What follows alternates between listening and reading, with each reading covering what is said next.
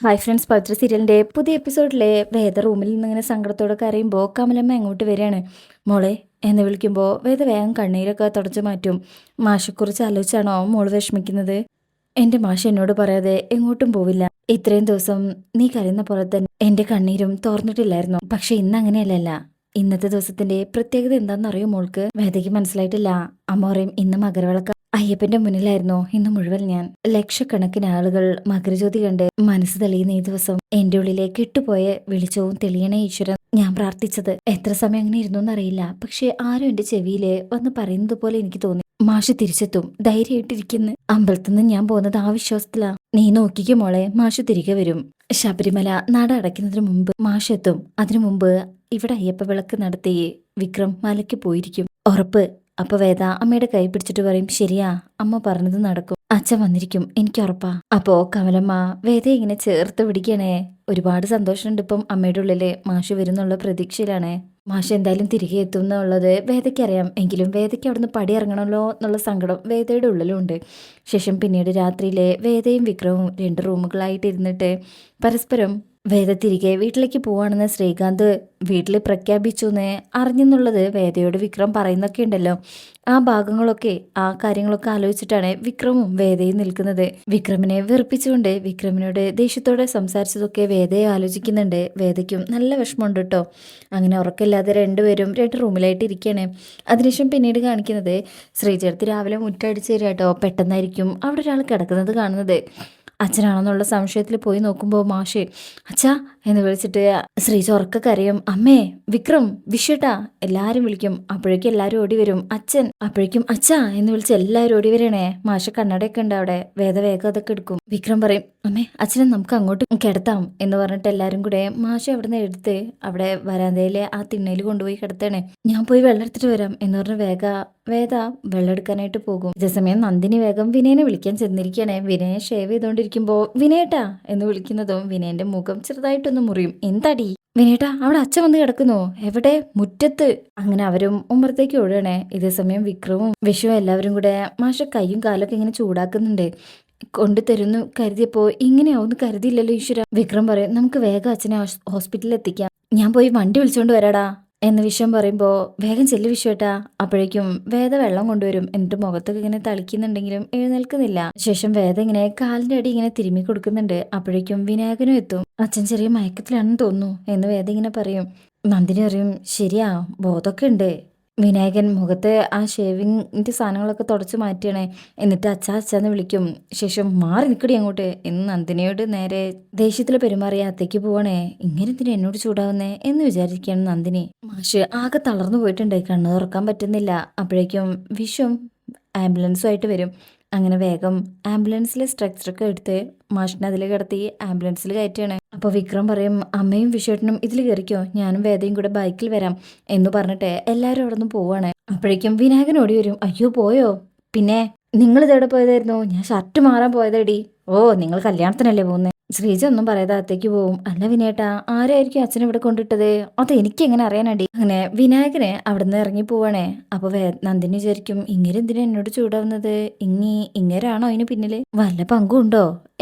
അത്രയ്ക്ക് ധൈര്യമൊന്നും ഉണ്ടാവില്ല എന്നൊക്കെ ഇങ്ങനെ ആലോചിച്ച് നിൽക്കാട്ടോ. അതിനുശേഷം പിന്നീട് കാണിക്കുന്നത് മാഷിനെ ഹോസ്പിറ്റലിൽ എത്തിയിട്ടുണ്ട്. ഡോക്ടർ ട്രീറ്റ്മെന്റ് തുടങ്ങിയിട്ടുണ്ട്. മരുന്നൊക്കെ ട്രിപ്പ് വഴി കൊടുത്താൽ മതി എന്ന് പറയാം. എന്നിട്ട് വിക്രമിനോടും വേദയോടും പുറത്തേക്ക് വരാൻ പറയും. അവിടെയാണ് വിഷുവും അതുപോലെ അമ്മയും നിൽപ്പുള്ളത്. പോലീസിലെ റിപ്പോർട്ട് ചെയ്യേണ്ടി വരും.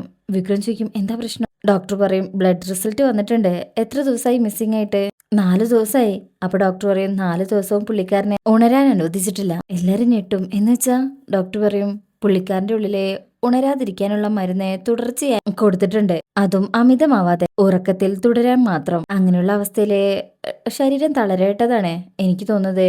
ഒപ്പം ട്രിപ്പ് അത്യാവശ്യം മരുന്നും ഉള്ളിലേക്ക് കൊടുത്തിട്ടുണ്ടെന്നാണ്. ആളെ തടഞ്ഞു വെച്ചവർക്ക് കൊല്ലാനുള്ള ഉദ്ദേശം ഉണ്ടായിരുന്നില്ല. അവർ കൃത്യമായിട്ട് ഒരു മെഡിക്കൽ സപ്പോർട്ട് എടുത്തിട്ടുണ്ടായിരുന്നു. ഞങ്ങൾക്ക് എന്തായാലും ഇത് പോലീസിൽ റിപ്പോർട്ട് ചെയ്യാതിരിക്കാൻ പറ്റില്ല. വേദയ്ക്ക് എല്ലാം അറിയാലോ. വേദ വല്ലാത്ത അവസ്ഥയിൽ നിൽക്കണേ. ബാക്കി എല്ലാവരും ഞെട്ടലോടെ. വിക്രം പറയും, അത് വേണം ഡോക്ടർ, അച്ഛൻ എന്താ സംഭവിച്ചെന്ന് അറിയണം. വിശ്വം പറയും, അതെ, ഇത് മനഃപൂർവ്വം ചെയ്താണെങ്കിൽ കേസ് എടുക്കാൻ വേണം. അല്ല വേദേ എന്ന് നോക്കുമ്പോൾ വേദ പറയും, ആ അതെ അതെ. വേദയ്ക്ക് ഒന്നും അങ്ങ് സംസാരിക്കാൻ പറ്റാത്ത അവസ്ഥയിൽ നിൽക്കണേ. 1 മണിക്കൂർ കഴിഞ്ഞാൽ ആൾക്ക് ബോധം വരും. എങ്കിലും ഉച്ചയ്ക്ക് ശേഷം പോലീസ് വന്ന് വൈകിട്ട് നിങ്ങൾക്ക് പോവാട്ടോ എന്ന് പറഞ്ഞ് ഡോക്ടർ അവിടുന്ന് പോവും. ഈ സമയം വേദയ്ക്ക് ഒരു കോള് വരുന്നുണ്ട്. ശ്രീകാന്താ വിളിക്കുന്നത്. വേദ എടുക്കാതെ കോള് കെട്ടയും. വിക്രം ചോദിക്കും ആരാ? ഓഫീസിൽ നിന്നാ? എടുക്കായിരുന്നില്ലേ? വേദ പറയും ഞാൻ തിരിച്ചു വിളിച്ചോളാം. അമ്മ പറയും വാ. അങ്ങനെ അവരകത്തേക്ക് പോകാൻ തുടങ്ങുമ്പോൾ വേദയ്ക്ക് വീണ്ടും കോള് വരികയാണേ. വേദ അത് കട്ട് ചെയ്യും. ശേഷം മാറി നിന്ന് തിരിച്ചു വിളിക്കുകയാണ്. എന്നാൽ ശ്രീകാന്ത് ആ കോൾ എടുക്കുന്നില്ല കേട്ടോ. എന്നിട്ട് പിന്നെ അങ്ങോട്ട് തിരിച്ചു വിളിക്കുകയാണ് ചെയ്യുന്നത്. എന്താടി നിന്റെ ഗുണ്ട ഭർത്താവിന്റെ അച്ഛൻ വീട്ടിൽ തിരികെ എത്തിയപ്പോ നിനക്ക് സമാധാനമായല്ലോ അല്ലേ? വേദയ്ക്കും നിങ്ങൾ എന്താ അച്ഛനെ ചെയ്തത്? കൊന്നില്ലല്ലോ, അങ്ങനെ സമാധാനിക്ക്. ഞങ്ങൾ പറഞ്ഞ പോലെ നടന്നിട്ടില്ലെങ്കിലാണ് അത് സംഭവിക്കുക. പക്ഷെ നീ മിടുക്കിയതുകൊണ്ട് ആ സിറ്റുവേഷൻ ഒഴിവാക്കുക അല്ലേ? അപ്പൊ വേദ പറയും അച്ഛൻ ഇപ്പോഴും ബോധം വീണിട്ടില്ല. ആശുപത്രിയിൽ നിന്ന് പോലീസ് സ്റ്റേഷനിലേക്ക് റിപ്പോർട്ട് ചെയ്തിട്ടുണ്ട്. വൈകിട്ടാവുമ്പോഴേക്കും അവര് വരും. അപ്പോഴേക്കും അയാൾക്ക് ബോധം തെളിയും. ഇപ്പൊ തന്നെ ഡോക്ടർ റെഡി ആവാനുള്ള മരുന്ന് കൊടുത്തിട്ടുണ്ടാവും. ഇനി എന്തെങ്കിലും കൺഫ്യൂഷൻ ഉണ്ടെങ്കിൽ പറ. നിന്റെ പേരിൽ ഞങ്ങൾ എടുത്തൊരു നമ്പർ ഉണ്ട്. അതിൽ നിന്നും ഞങ്ങൾ കൊടുത്ത എല്ലാ മരുന്നിന്റെയും ഡീറ്റെയിൽസ് അയച്ചു കൊടുക്കാം. അതും നീ നിൽക്കുന്ന സ്ഥലത്തുനിന്ന് തന്നെ. എന്താ വേണോ? വേദയ്ക്ക് ദേഷ്യം വരും. യ്യോ. അപ്പൊ ശ്രീകാന്ത് പറയും നിർത്തടി. നീ ഒരിക്കലും എന്റെ ഓഫീസിൽ വന്ന് വെല്ലുവിളിച്ചു പോയതല്ലേടി. സ്വന്തം തന്തയെയും ആങ്ങളെയും നാണം കെടുത്തിയാലും അവന്റെ വീട്ടുകാരെ നീ കൈവിടില്ലെന്ന് അറിഞ്ഞിട്ട് തന്നെയാ ഞാൻ ഈ കളി കളിച്ചത്. ആ കിളവന് ബോധം വന്നാലും ആ കിളവനെ അവിടുന്ന് കടത്തിയതാരാണോ എന്തിനാണെന്നോ ഒന്നും അറിയാൻ പോകുന്നില്ല. ഇനി അഥവാ പോലീസ് അവരെ തപ്പി പിടിച്ചാലും അവർക്ക് വേണ്ട നിർദ്ദേശങ്ങളെല്ലാം പോയിട്ടുള്ളത് നിന്റെ പേരിന്നെടുത്ത സിമ്മും ഫോണും ഉപയോഗിച്ച്. ഈ കോൾ നീ റെക്കോർഡ് ചെയ്ത് എനിക്കെതിരെ പണിയാനാണ് നീ ശ്രമിക്കുന്നെങ്കിൽ അത് നടക്കില്ല. ഇത് വേറൊരു കോളാ എന്ന് പറഞ്ഞ കോളിന്റെ പേരും അവിടെ പറയുന്നുണ്ട് കേട്ടോ. പിന്നെ ഈ കോള് മറ്റൊരു ഫോണിൽ റെക്കോർഡ് ചെയ്ത് നീ പണി തരാനാണെങ്കിൽ അറിയാലോ ഇനി നടക്കാൻ പോകുന്നത് എന്റെ ഗെയിമാ. കടശിക്കളി. വെറുതെ എന്നെ പ്രകോപിപ്പിക്കരുത്. വേദയ്ക്കും നിങ്ങൾ എന്തിനാ എന്നെ വിളിച്ചത്? നീ പറഞ്ഞ കാര്യം ഞങ്ങൾ ചെയ്തു. ഇനി ഞങ്ങൾ ആവശ്യപ്പെടുന്ന കാര്യം നീ ചെയ്യണം. അതൊന്ന് ഓർമ്മിപ്പിക്കാൻ വേണ്ടി മാത്രം വിളിച്ചത്. വേദ പറയും എനിക്കതിന് സമയം വേണം. ശ്രീകാന്ത് വയ്ക്കും സമയോ ഇനിയും? വിക്രം മലയ്ക്ക് പോകുന്നത് വരെ എനിക്ക് അവിടെ നിന്ന് ഇറങ്ങാൻ പറ്റില്ല. ഇനി എപ്പോഴാ? മണ്ഡലം തുടങ്ങിയപ്പോ മാല ഇട്ടതല്ലേ, ഇപ്പൊ മകരവിളക്കും കഴിഞ്ഞു. ഇനി എപ്പോഴാടി? അടുത്ത മല കയറുമ്പോഴോ? വേദ പറയും ഉടനെ തന്നെ പോകും, അമ്മയ്ക്ക് നേർച്ചയുള്ളത്. ശ്രീകാന്ത് പറയും ശരി, അതുവരെ ഞങ്ങൾ കാക്കും. ഇല്ലെങ്കിൽ അറിയാലോ ഇനി വിളിപ്പിക്കരുത് എന്ന് പറഞ്ഞ് ശ്രീകാന്ത് ആ കോള് കട്ട് ചെയ്യാണ്. വേദ വല്ല വിഷമത്തിൽ ഇങ്ങനെ നിൽക്കട്ടോ. പിന്നീട് കാണിക്കുന്നത് ചന്ദ്രശേഖരനും ശ്രീകാന്തും കൂടെ സംസാരിക്കാണ്. ചന്ദ്രശേഖരനോട് ശ്രീകാന്ത് എല്ലാം പറയും.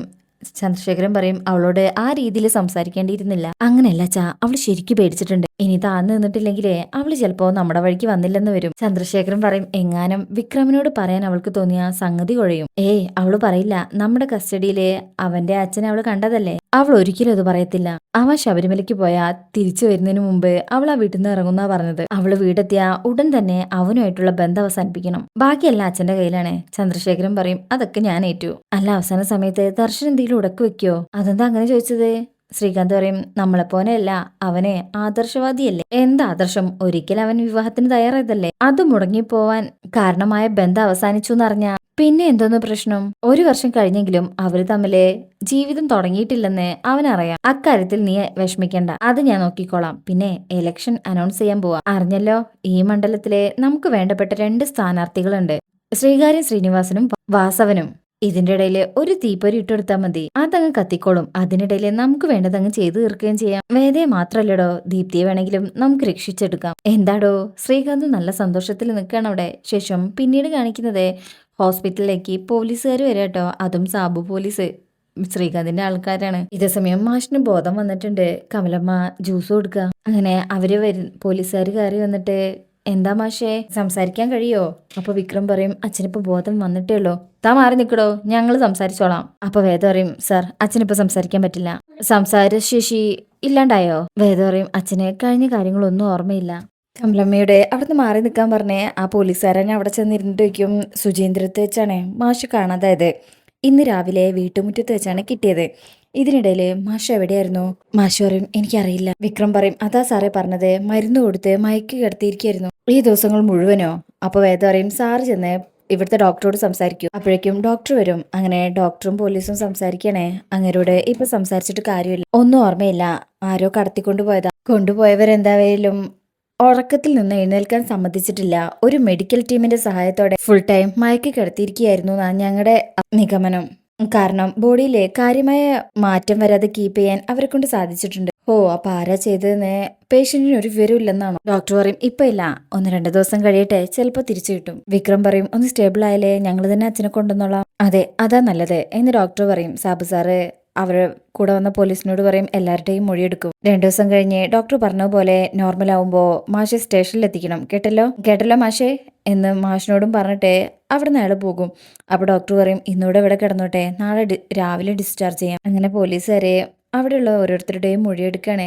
മാഷിങ്ങനെ എന്താന്നുള്ളത് സംഭവിച്ചൊക്കെ ആലോചിക്കാൻ ശ്രമിക്കുന്നത് കാണിച്ചാണ് ഈ ഭാഗം കഴിയുന്നത്. പിന്നെയുള്ള പ്രമോലൊക്കെ വേദ വിക്രമിനോട് സംസാരിക്കാൻ തുടങ്ങുമ്പോൾ വേദ ഒഴിഞ്ഞു മാറുമ്പോൾ വിക്രം വേദയെ ചേർത്ത് പിടിക്കുന്നുണ്ട്, കൈയൊക്കെ പിടിച്ച് വലിക്കുന്നുണ്ട് കേട്ടോ.